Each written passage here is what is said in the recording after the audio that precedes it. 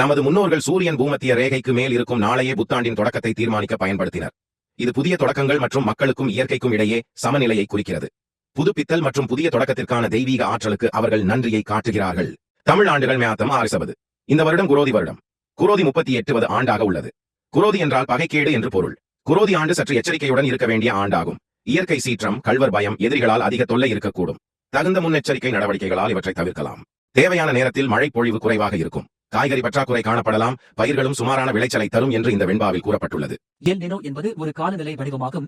இது கிழக்கு வெப்பமண்டல பசிபிக் பெருங்கடலில் மேற்பரப்பு நீரின் அசாதாரண வெப்பமயமாதலை விவரிக்கிறது. இந்த காலநிலை மாற்றத்தை கருத்தில் கொண்டுதான் இந்திய அரசாங்கம் அரிசி ஏற்றுமதிக்கு தடை விதித்தது.